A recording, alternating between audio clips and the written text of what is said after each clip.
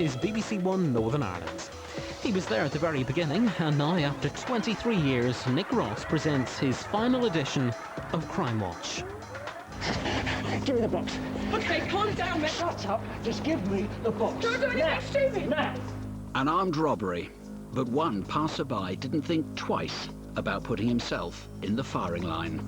I could see out of the corner of my eye that no one was really doing anything. In those few seconds that I had to make a call on what to do, I took it upon myself to just go for it and try to help. Tonight, in his own words, the commuter who took on gunmen at his local railway station.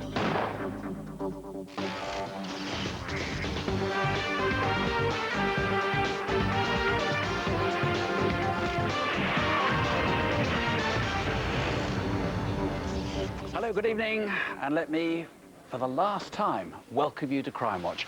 We're live as always, and of course for the most important crimes to solve, and we'll have more on that extraordinary armed robbery in just a moment.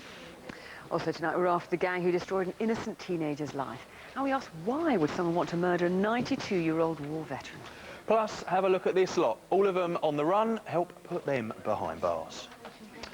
Tonight's first reconstruction features a hero. Though I have to tell you, he hates being called that, and he's turned down a huge sum of money to sell his story to the papers. He didn't want money, he didn't want fame. Accordingly, we chose an actor who looks quite different. But he's so keen that Crimewatch should catch the crooks, he's now decided to appear on camera in person. His name, Adam Mapleson, might not sound familiar, but you may well have heard what he did. It happened in Rayleigh, Essex, 5 weeks ago. Friday, May the 25th, in Rayleigh, Essex. In a matter of minutes, three very different worlds collided.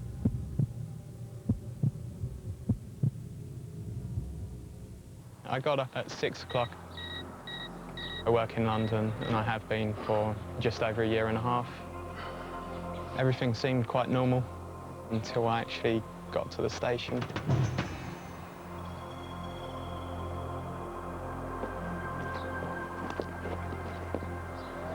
Nearly done.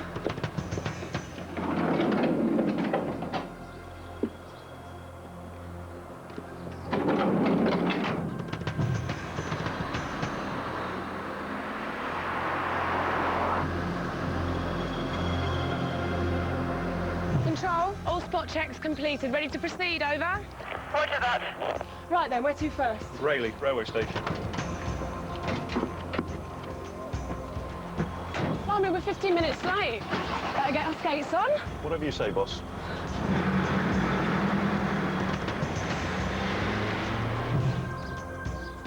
Bye, Mum. Bye, Dad. Adam left home as usual to catch his train to London.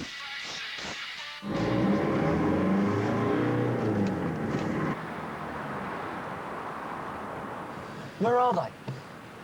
Don't worry, mate. There's something wrong. What's them? Go, go!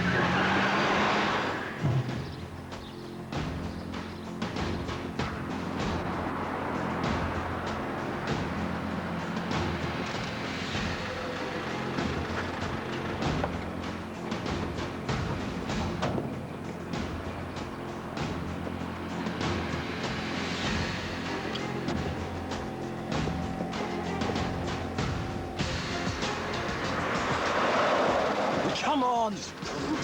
Look at this traffic! Christ, man. Are you going to get a move on?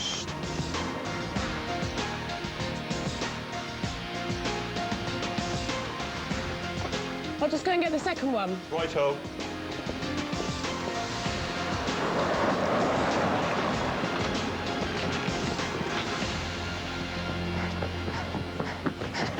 Give me the box. Okay, calm down, mate. Shut up. Just give me the box. Don't do anything stupid. Now. Now. I turned up to go towards the station. I think the first time that I actually realised something was wrong was when I saw the security guard. She had quite an aghast look on her face. I could see out of the corner of my eye that no one was really doing anything. And in those few seconds that I had to make a call on what to do, I took it upon myself to just go for it and try to help. Obviously, it didn't really all turn out how I would have hoped.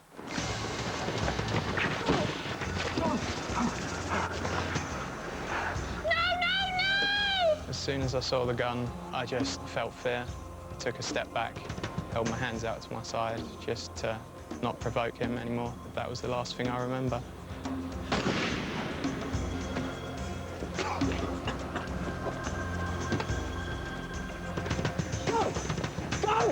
Go! Get his registration! Get his registration!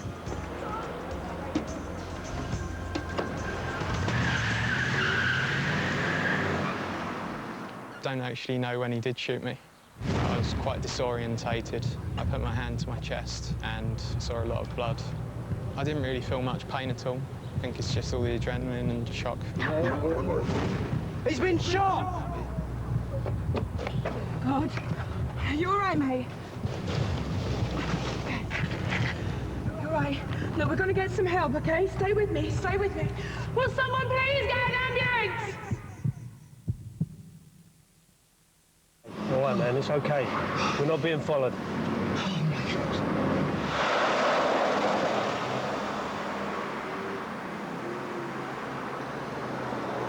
It's got a safety lock or something. It's all right, open it. Hang on a minute.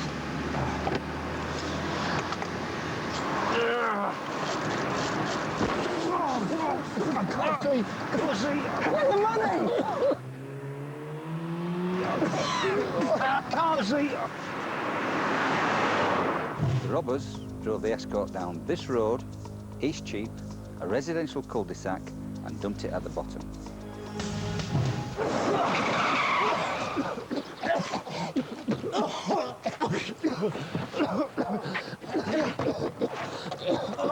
Come on over there! The money's ruined! Just grab it and stick it in the bag. Let's go.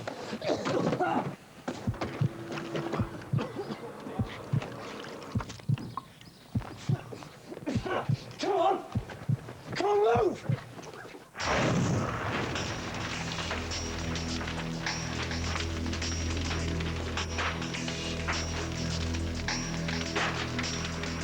Having torched the white escort, the two robbers ran down an alley into Downhall Park Way. Here, we believe they got into a dark blue Mercedes 190 and sped away.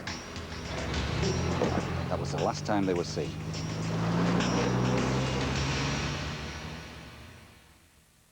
I needed 16 pints of blood transfused into me. My collarbone got shattered, so they've had to remove half of it. The bullet's still in my shoulder. I want to get on with my life. I want to end up going back to work and just getting everything back to normal. This was a callous, premeditated robbery in broad daylight amongst innocent commuters that very nearly became murder. The two robbers didn't make any attempts to disguise themselves, so we've got good descriptions of them. Who are they? If you recognise them, you have to come forward. I don't really regret stepping in at all. If I'd seen the gun before when I did, then I might have thought about it a bit more, because obviously I didn't want to put any more lives in danger. But if everything played out as it did, I would have done exactly the same thing.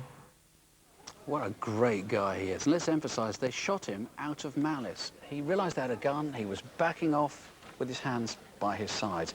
Now, what we've got to go on, the cars, for a start, and frankly, one of the cars is running on its own plates, I gather. It's proper registration plates. That's right. We know the car was bought on the 17th of May in Kent. This is the white one? That's right, the white Escort. It was passing through Dartford Tunnel that same afternoon, but we don't know where it was between then and the morning of the robbery on the 25th of May. Now, we saw the registration, M134TRC. You want to know where that thing was parked up. The second car, I said Mercedes, we said Mercedes 190. It might have been a BMW. We're not really sure what that was. That's right. It could be a BMW. It's a possibility. Now, what are these guys about? As you said, no disguise. No, it was... We know that they did not have any disguise. They did not try to hide their features. We've managed to get two very good e-fits of the two robbers, and we believe that they would be quite distinctive as they ran away from the burning vehicle because of the dye. Indeed, witnesses have told us that they looked like they had a fake tan. Extraordinary. Everyone's great aunt knows that cash boxes are booby-trapped. These guys, they didn't, or what? I mean, it just seemed completely naive. Absolutely. There's a big reward which might tempt some of their friends to come out of the woodwork and tell you who they are. Yes, if anybody knows who these two robbers are, then please give us a call. If they want to talk to me, they can. It'll be in strictest confidence, and there's £25,000 reward in it for them. OK, 25 grand. Give us a call here, 0500 600 600. You can find details on our website, bbc.co.uk/crimewatch. If you want to get that award anonymously, you can always call Crime Stoppers. They're on 0800 555 111. 9 months ago, one child bravely reported a man who cared nothing about destroying her life. As he fled, other children came forward. Detective Sergeant Jane Corrigan set out on a manhunt. Leslie Finch is a sexual predator, wanted for abusing young girls. He had his hands on top of my trousers and, like, in between my legs. He touched down below. Touched everything, really. But now he's the one that's being hunted.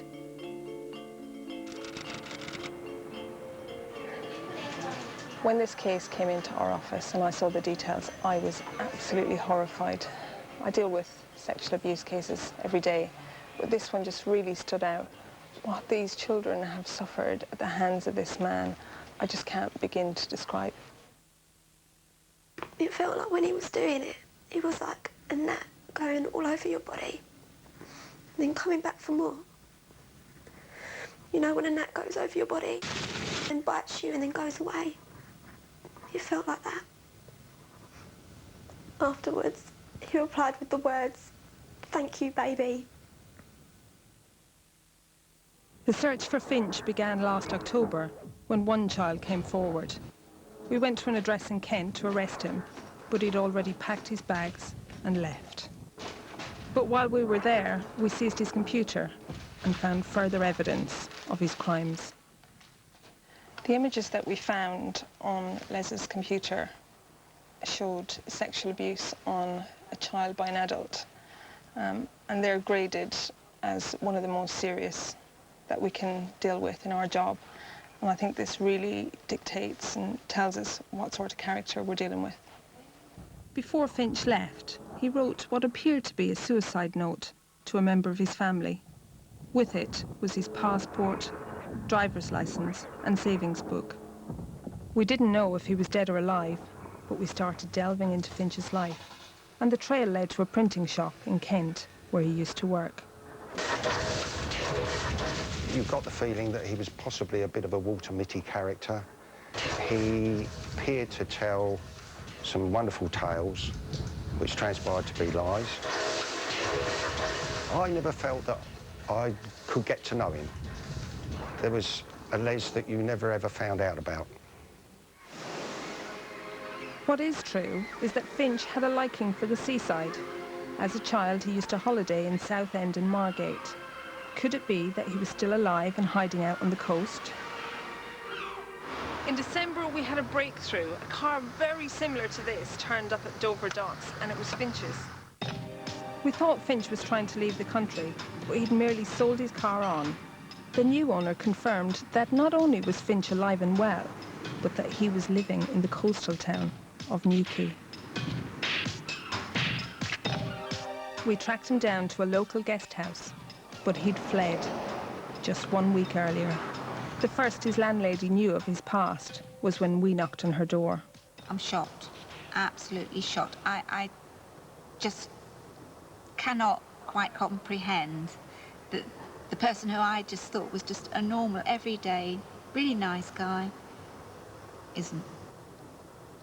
We're getting closer and closer to finding him, but every day that goes by that he's out there gives him an opportunity to find another victim.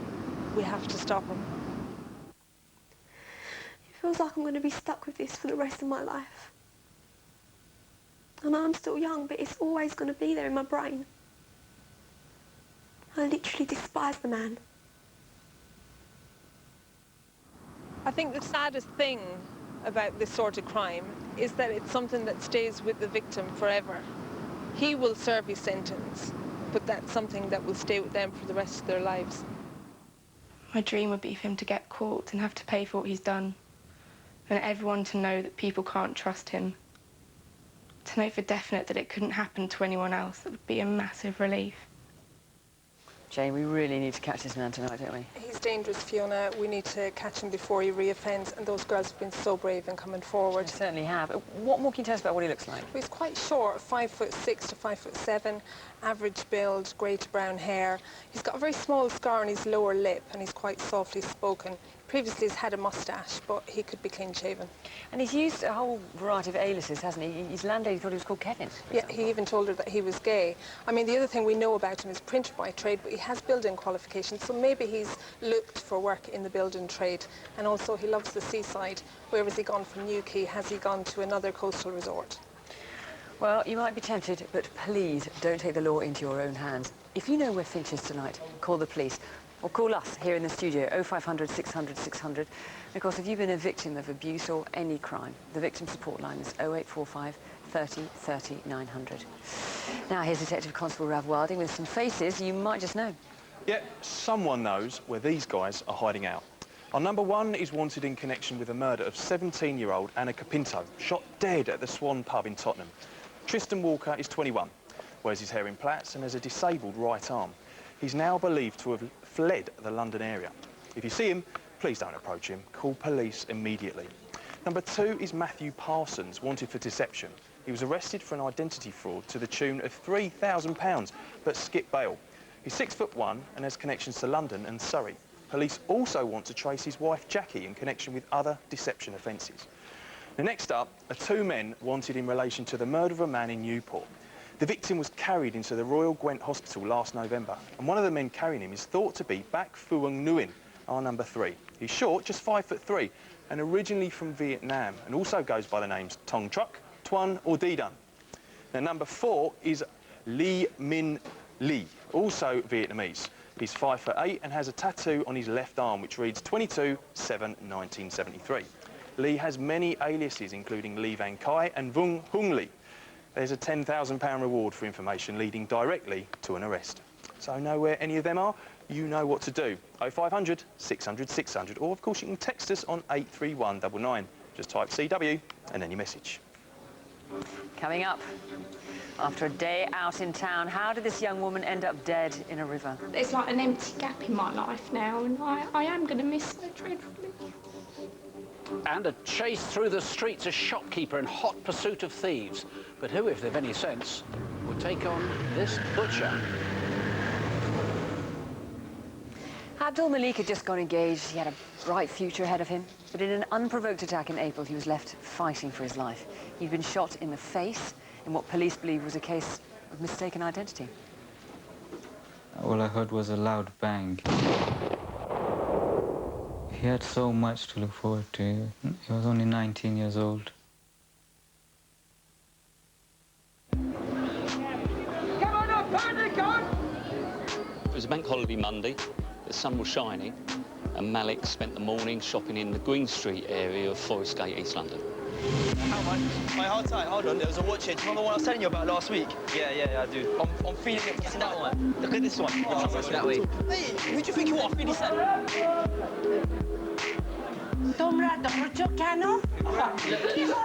Around 4 o'clock, he went home and was relaxing with friends. Come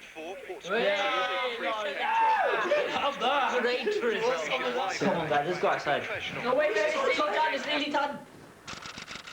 It's all about the force. Come on. Yeah, my priority vote. Where is he? Where is he? Can you see him? Look. Man, I've got him. He's there. I just caught a glimpse of the car as it was slowing down, and I caught a glimpse of 4 Asian guys inside the vehicle just before I heard the bang.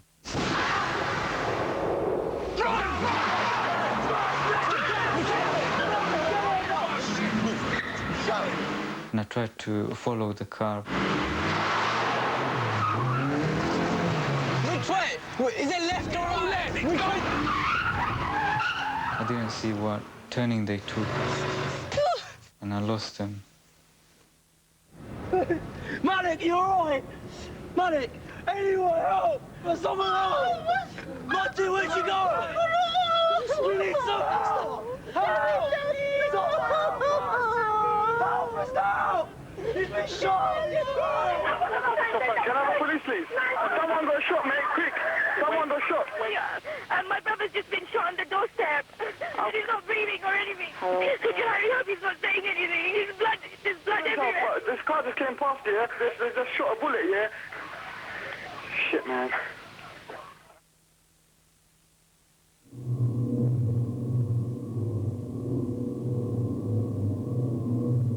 Malik was shot in the face with a weapon like this. It's a single-barreled pump-action shotgun. It's missing, and we need to find it. Airway clear.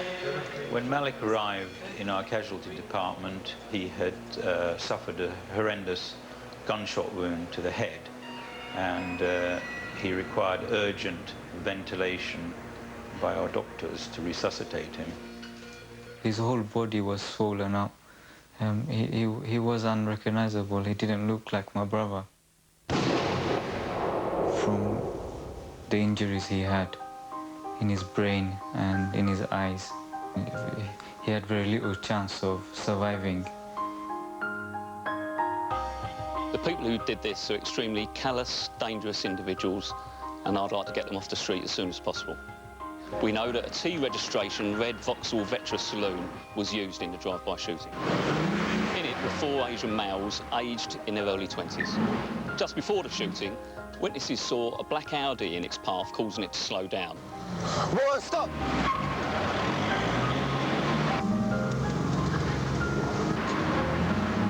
I'd like to know who the occupants of that car were and whether they've got any information at all that could help us. After the shooting, the red Vectra sped off along Lucas Avenue towards Green Street. Did you see this vehicle in Lucas Avenue, and do you know where it went after that?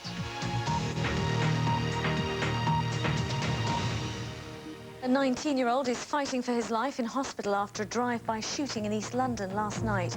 The latest in the spate of youth violence in the capital. We felt he was not going to do well, and we told the family so over the next few days. But to our surprise, he started to show marked improvement over the next 3 weeks.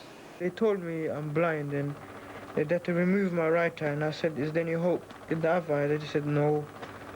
And I said, is there anything? No, they said no. And they just left, and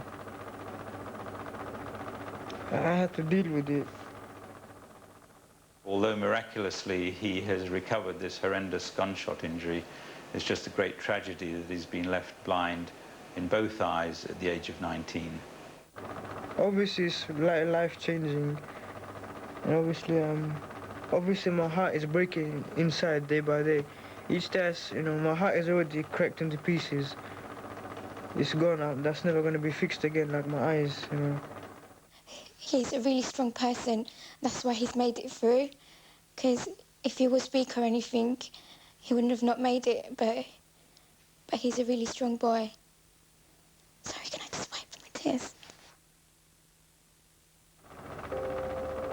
Because I'm going to miss my mum's smile. I'm never going to obviously see the sunshine. And I won't ever get to look at my girlfriend's face again. If I ever have kids, I won't ever get to see their faces. He didn't deserve it. No one does, but that's what people who do think this kind of thing shouldn't be out on the streets. They should get caught. Now, Steve Desmond, you do not see guns like this in circulation very often, and this is just like the one that was used. I mean, whoever did use this really meant to hurt someone, didn't they? That's right. I stress, obviously, that's a weapon of the type that we think was used in the offence. At close range, that's a vicious weapon and clearly is going to cause very serious injuries or death to whoever is on the receiving end. Well, certainly he's very, very lucky to be alive. And the thing is, he wasn't caught up in any kind of trouble, Malik, was he? He was just an innocent guy, just happened to be standing there. Malik is a lovely man.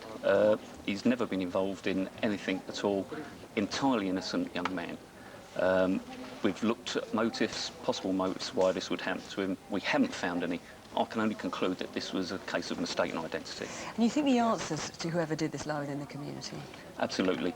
Where this occurred, it's a very tight-knit community. I strongly believe that the men involved are local men, and that the community must know, must have information about who's involved in this and haven't yet come forward. And this is Forest Gate in East London. Forest Gate. What about the 4 guys in the car, you Yes. believe, four Asian guys? Yes.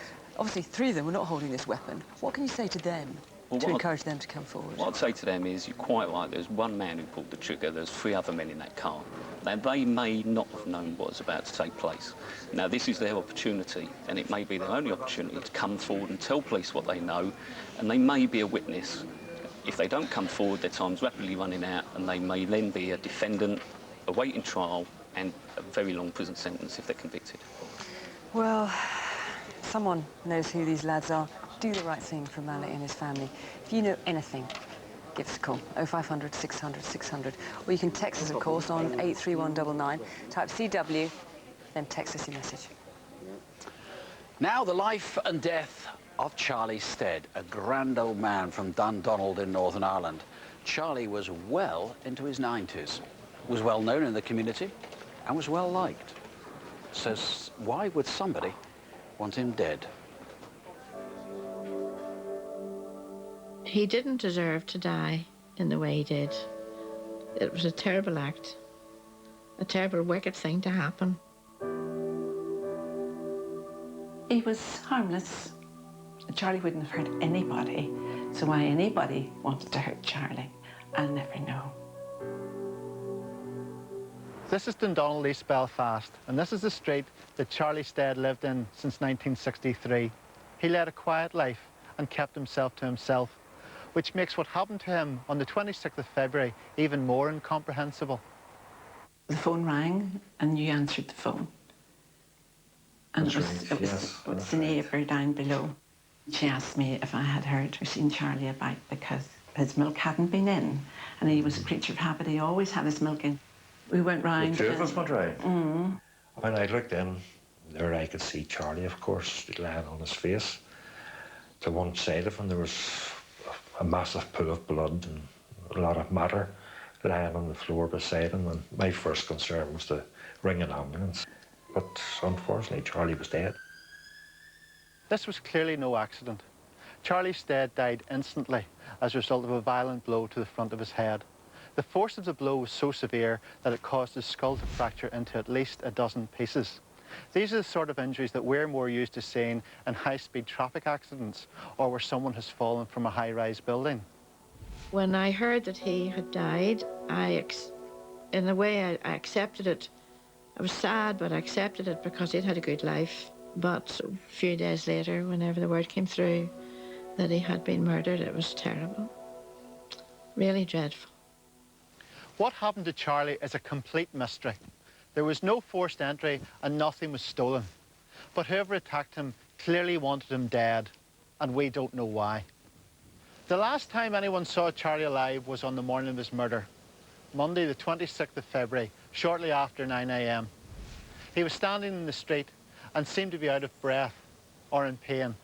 He wasn't seen again until around midday when he was found in his house murdered. He swam every other day and he went to the ice skating and he skated every other day. He had been all through the war, and to live and then to be cut down in his life by a brutal act like that was dreadful.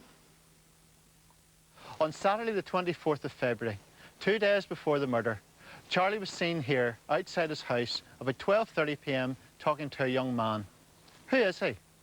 He's 5 feet 8 inches tall, light brown hair, late 20s to early 30s, and wearing a denim jacket and jeans. It's just unbelievable that this could happen to a kind old man that lived next door. He never did anybody any harm. And I hope that whoever did it is caught.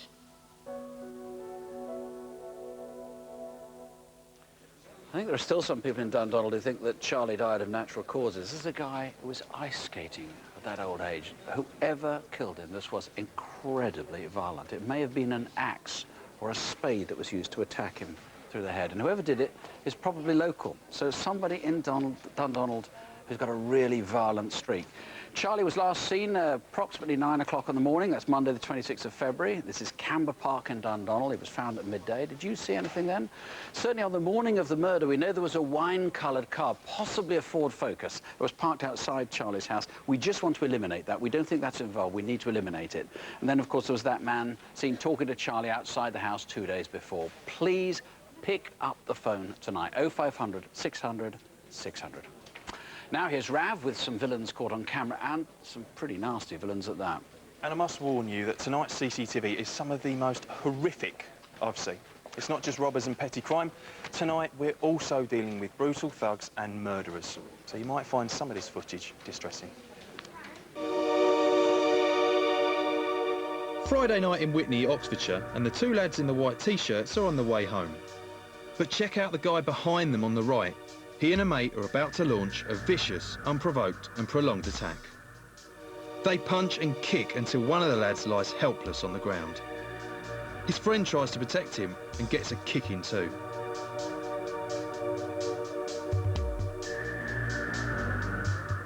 But these thugs aren't finished yet.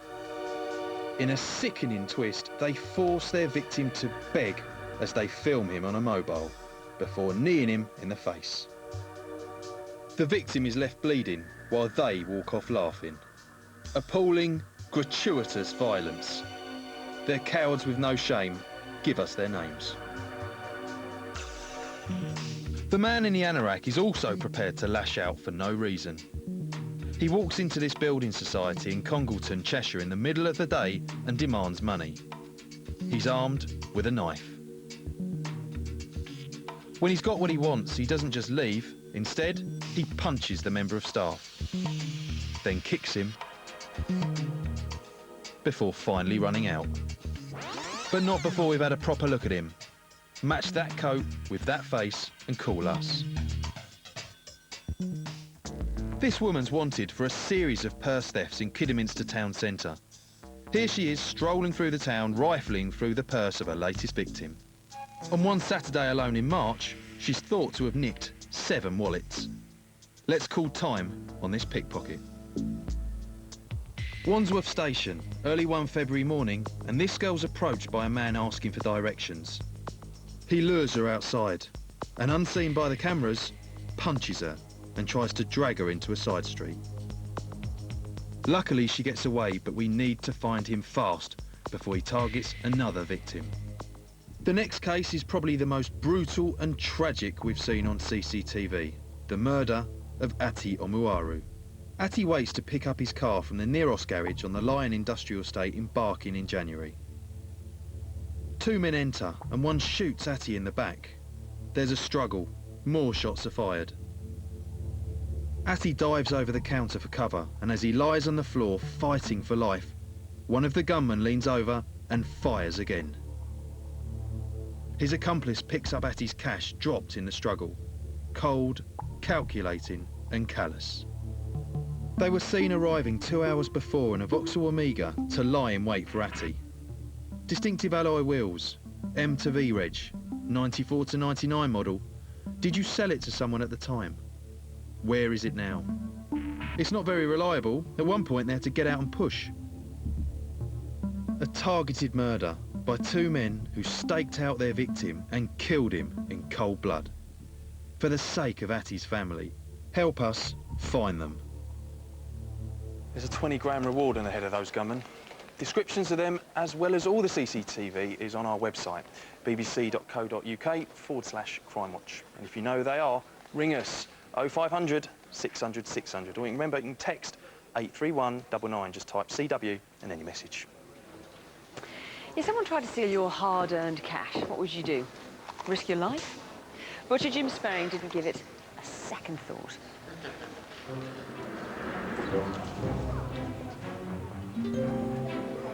Well, I've been a butcher in Bromley now for 40 years. I have regular customers. I've even had customers my grandfather served. They've known my brother and I since we were small kids working in the shops. Normally, I don't bring the cash to work on a Monday, but I had something to do and I didn't think I'd have enough time to get to the bank.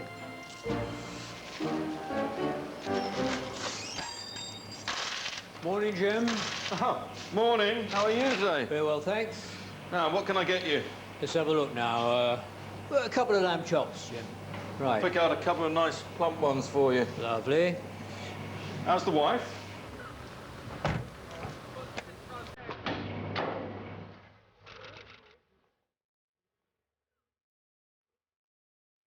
She's very well, thanks, Jim. Excellent.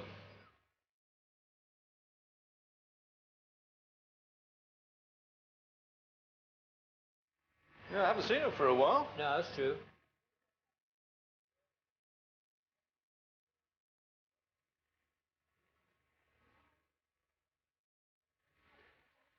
Is there anything else on there that I could tempt you with? Have a look. Yeah, the sausages look quite nice.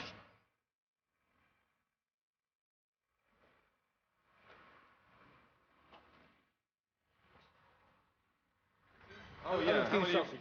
You want? Shall I give you a bunch? You get 6 in that. That's all right. That's Excellent. fine. That's good. Okay, that's all. He looked at me and I looked at him and he got on his mobile phone and something in my brain just told me that wasn't right. And I instantly thought money. Bloody hell.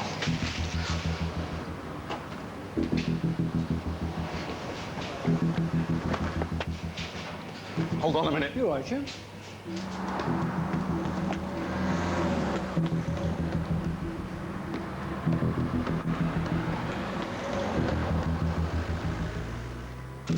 I was just so intent on trying to stop these guys and get my money back, I didn't think about anything else.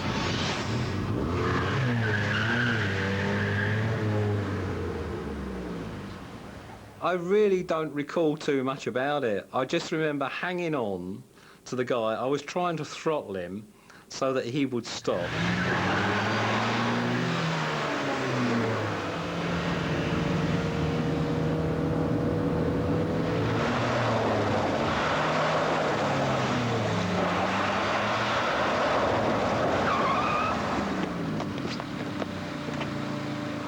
Well, I had a great big gash on my leg and some bruisings on my arm.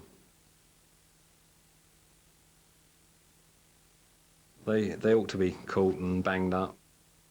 They'd probably rob their own grandmother if they could. If I hadn't seen it, I would not have believed it, the way Jim clung onto that car for dear life. It was a Burgundy Rover 216. So have you seen it? And what about the two men we saw on CCTV? The first one, here he is, white, 5'6", so pretty short, 25 years old, short brown hair, black hooded top, black tracksuit pants and white trainers. And then the other one, we've got a really good look at him as well. He's again white, again about 5'6", maybe 30 years old, short, fairish hair, black jumper with white stripes across, black tracksuit pants and white trainers. They are such clear pictures. If you can think you can put those names to faces, or the names to those faces rather, give us a call, 0500 600 600. And details are on our website. You want to have a look at that, bbc.co.uk/Crimewatch. This is Helen Morn. She had a troubled life from childhood, and sadly, aged 24, she's now endured a troubled death. Someone killed her 5 weeks ago. And in the next 10 minutes, we hope someone else will call and tell us who.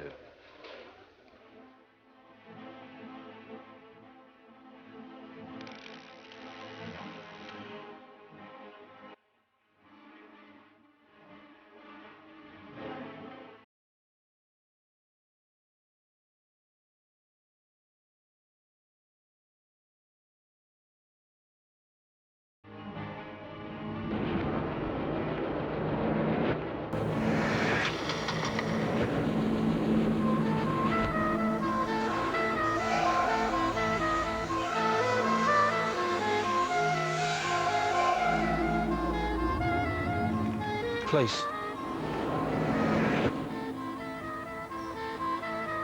There's a body in the river.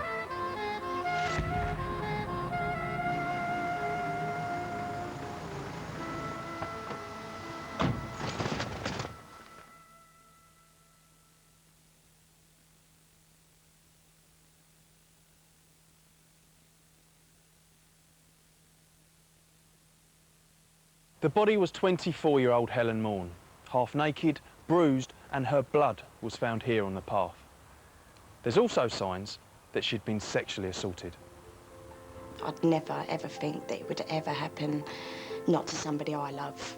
You don't expect it, do you? She didn't have many people in her life, but the ones that she did have did love her very much. Helen had a very tough time growing up. I don't think Helen was ever allowed to be a child. She never had toys. The first time she was able to be a child, really, was when she came into care with us, with our family. She was sad and down, but she always tried to, you know, keep herself happy and, you know, talk to people, and she just always tried to see the better things in life. During the week before her murder, Helen had split up with her boyfriend.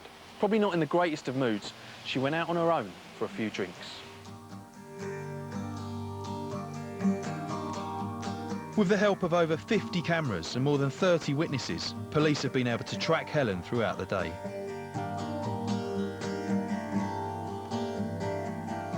But there are still some significant gaps.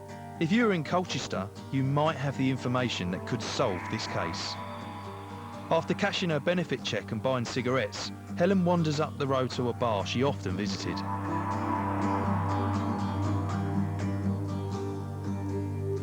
The pub is full of punters. Were you in there drinking that day? Helen goes straight to the bar and buys a drink. Hiya, can I have a pint of Foster's, please? She was so fun-loving, really, really fun-loving, always up for a laugh. She'd drag you out, you know, come on, let's have a drink. Helen would mainly drink because it would give her confidence and it would make her feel good about herself. Helen liked to be liked, and because of the life she had, I think Helen found it easier to open up and be herself when she had a drink. Do you remember seeing Helen? Who was she speaking to? And did you overhear any conversations? Did she speak to you? How many have you had?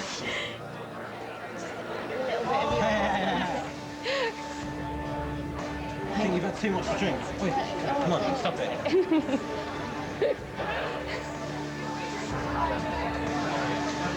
Whoa! You're right. Okay. Eventually, the alcohol has got Helen too drunk and too loud. A few punters complain and she's asked to leave by the bouncers. After getting thrown out of Quilters, Helen didn't go home. She had some more drinks at the Victoria Inn, where she was also asked to leave, before heading up the hill to the Marquis of Granby. It's in this pub that she spends the next couple of hours. There's no CCTV, so what's she doing? Did you see her, or did you speak to her? Perhaps you overheard her on a mobile. Did she tell anyone where she was going that evening? The tiniest details could be crucial. Helen staggers back to the pub where she'd started. With the pub all closed up, she turns around and heads back out to the main road. But then where did she go? Where was she for the next 2 hours? It looks like she's disappeared without a trace, but someone must have seen her between 11:20 and 1:50.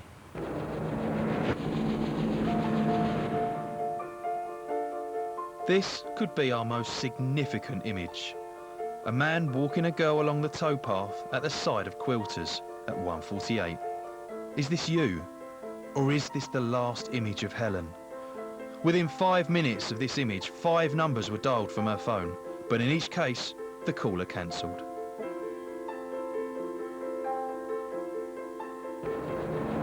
After 1:55, Helen's phone was never used again. Helen was never seen alive again, and her body found 100 metres from this camera. Could this be Helen's killer?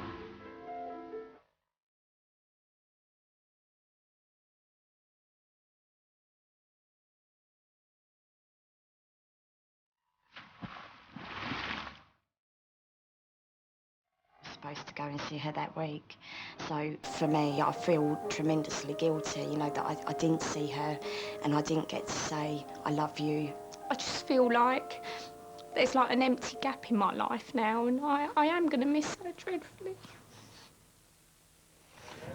Tim, the more I learn about Helen, the more I feel for her. I mean, such a tragic life. Her parents died in childhood, then her grandparents. That's why she was in care. That's right, yeah.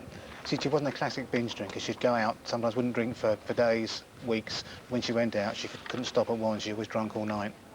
The CCTV that you've got, you've actually got two people who might be able to help you with this. Yeah.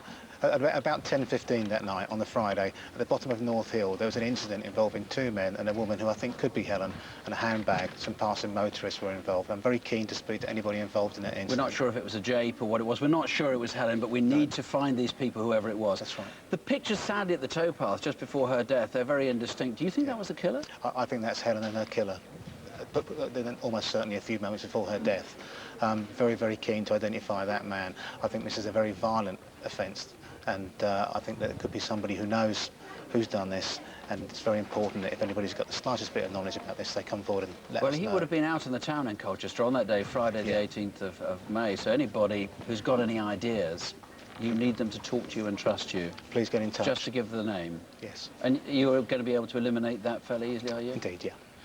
You've managed to recover all of her possessions, except for a mobile phone like this one. This is a Samsung E250. Now, obviously, you don't want people calling in from all over the country. Oh, well, there's a Samsung E250. These are quite common phones. What do you want? If anybody's found a phone like this just after the 18th of May in the area of Colchester, North Station Road, been offered one for sale, then we'd like them to get in touch with us, and then we can do some inquiries around that. OK. For her family, for everybody, please, the person who did this just has to be found. You know our number, 0500 600 600, and details are on our website, bbc.co.uk/Crimewatch, or call Crime Stoppers on 0800 555 111.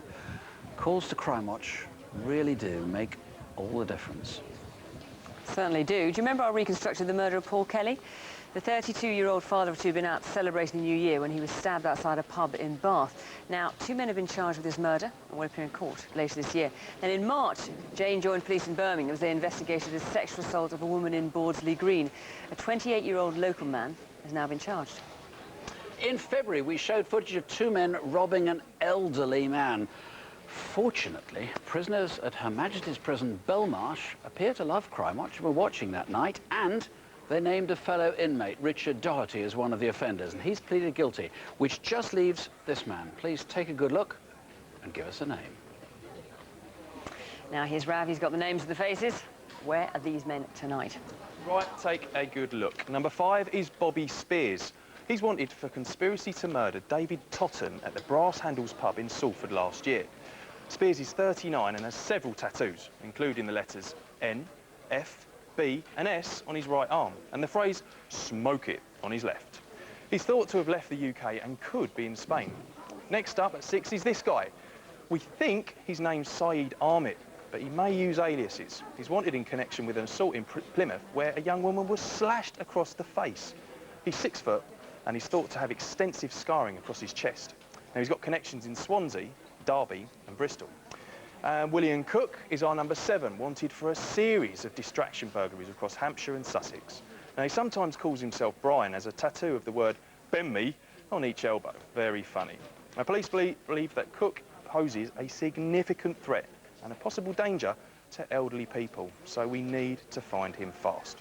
Now, and finally, number 8 is Elroy Otway, wanted in connection with the murder of Mark Daniels, shot in Wythenshawe last year. Now, Otway's 25 and is also known as Elroy Lamb.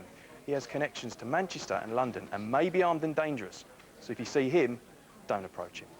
So, seen any of tonight's 8? Well, if you have, please give us a ring. 0500 600 600. In the past year, with your help, we've managed to solve more cases than ever before. Now, 1 in 5 featured on the programme results in a conviction. Next month, in a special Crime Watch, we'll tell you how 3 of the most difficult and intriguing were solved. Killing by numbers. The story of a man obsessed with witchcraft and secret codes, who thought he'd got away with murder. The bank robbery in Manchester that had police baffled. Turns out, it was an inside job. And the 22-year hunt for the Salisbury sex attacker. I'm apologising, sister. I am sorry for what he done to you.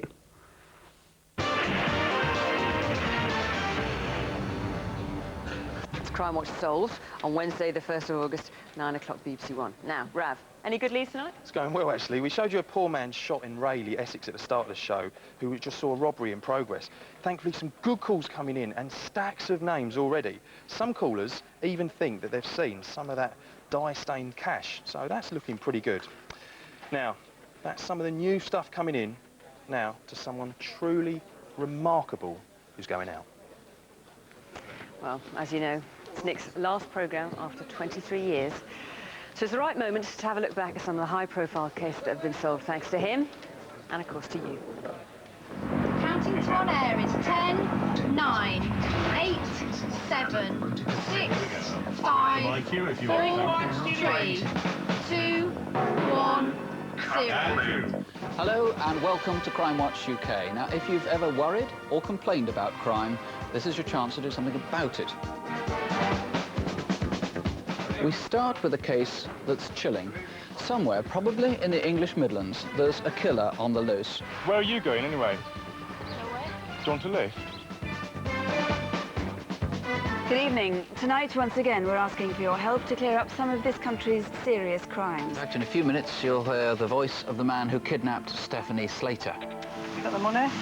Who's this, please? Never mind. Have you got the money? Michael Sams is in jail tonight, starting 4 life sentences for murdering the Leeds teenager Julie Dart and kidnapping Stephanie Slater.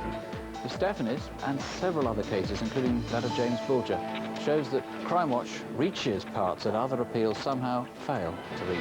Police searching for a 2-year-old boy missing in Merseyside have found the body of a child. It was lying on a railway embankment 2 miles from the shopping centre where James Bulger was last seen on Friday afternoon. By the time we finish this appeal, somebody watching Crimewatch will have a pretty good idea of who did this to James. Welcome to the new series, a new home for the programme, a new Tuesday slot, and a new partner in crime. Hello, I'm delighted to be joining the programme. Let me show you around our new premises.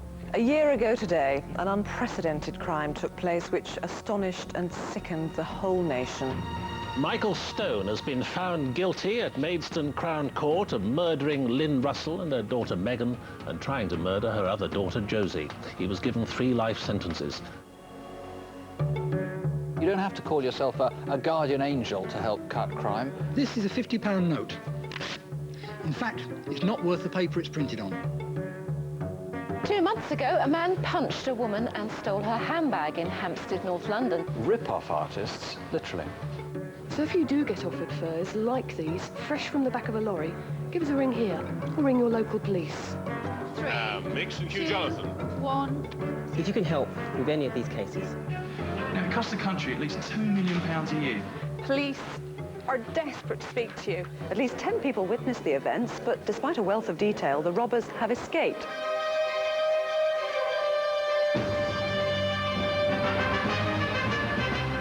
The BBC television presenter Jill Dando has been murdered outside her London home.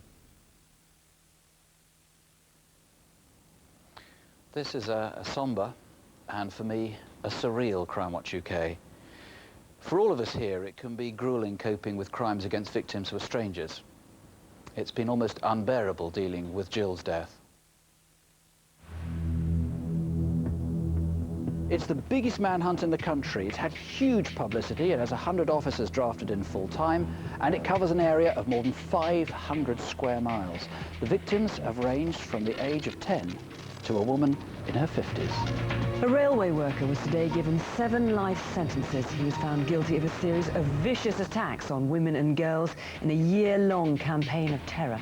The railway rapist, the paedophile killers of Jason Swift and Barry Lewis, of course, of Sarah Payne too. There are so many others. Proof is what's needed. The police still need you to help find it. Police in London are investigating the murders of a 7-year-old girl and her father. They say the little girl has been shot. Tony Ann Byfield, 7 years old, shot in the back, and the youngest victim of the escalating gun violence in Britain. Without Crimewatch, Joel Smith would not have implicated himself in the murders. Without Crimewatch, the witnesses wouldn't have come forward. Without Crimewatch, I wouldn't have solved this crime. Drama, conflict, sometimes, thank heavens, a touch of light relief. My name's Nick Ross. I am the boss. Interest in us, Lipton or Moss. Showing See if there's something about him that's familiar. You're nervous. Thefts and murders all get a mention. Frightening people alone on a pension. When you think he can't get no scary, we have to with you. We're in the area. It's not a perfect world, but it's not one to be frightened of either. So we say it tonight as we always have, and we mean it. Please don't have nightmares. Don't have nightmares. Don't have nightmares. Don't have nightmares. Don't have nightmares. Don't have nightmares. Whatever happens, don't have nightmares. Do please sleep well. Good night. Well, this is a very strange moment for me and a very sad one. I'm going to miss you hugely on this programme, and I'm sure I can say that on behalf of all of you at home as well. You know what Nick does on Crimewatch, but you may not be aware of the enormous, enormous amount of work Nick does to prevent crime with all sorts of organisations here and abroad. It's been my absolute pleasure, and my privilege, actually, to work with you. Yeah, thank you very much. 23 years is a very, very long time, maybe too much, I don't know, for television at any rate, which is a pretty ephemeral medium. And let's face it, some of our viewers weren't born when Crimewatch first started. It is time to move on. I just want to thank colleagues who devised and built Crimewatch into one of television's greats. Thanks to all the police officers, from constables to chief constables, who worked with us all these years. Thanks to the victims, who are really what this programme is all about. But thanks, above all, to everyone who's called in and solved so many crimes, and everybody who's watched. Please continue to do so.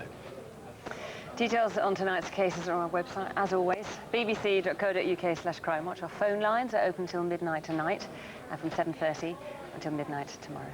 Don't go away, we're back in half an hour after the news with Crimewatch Update. That's at 10:35.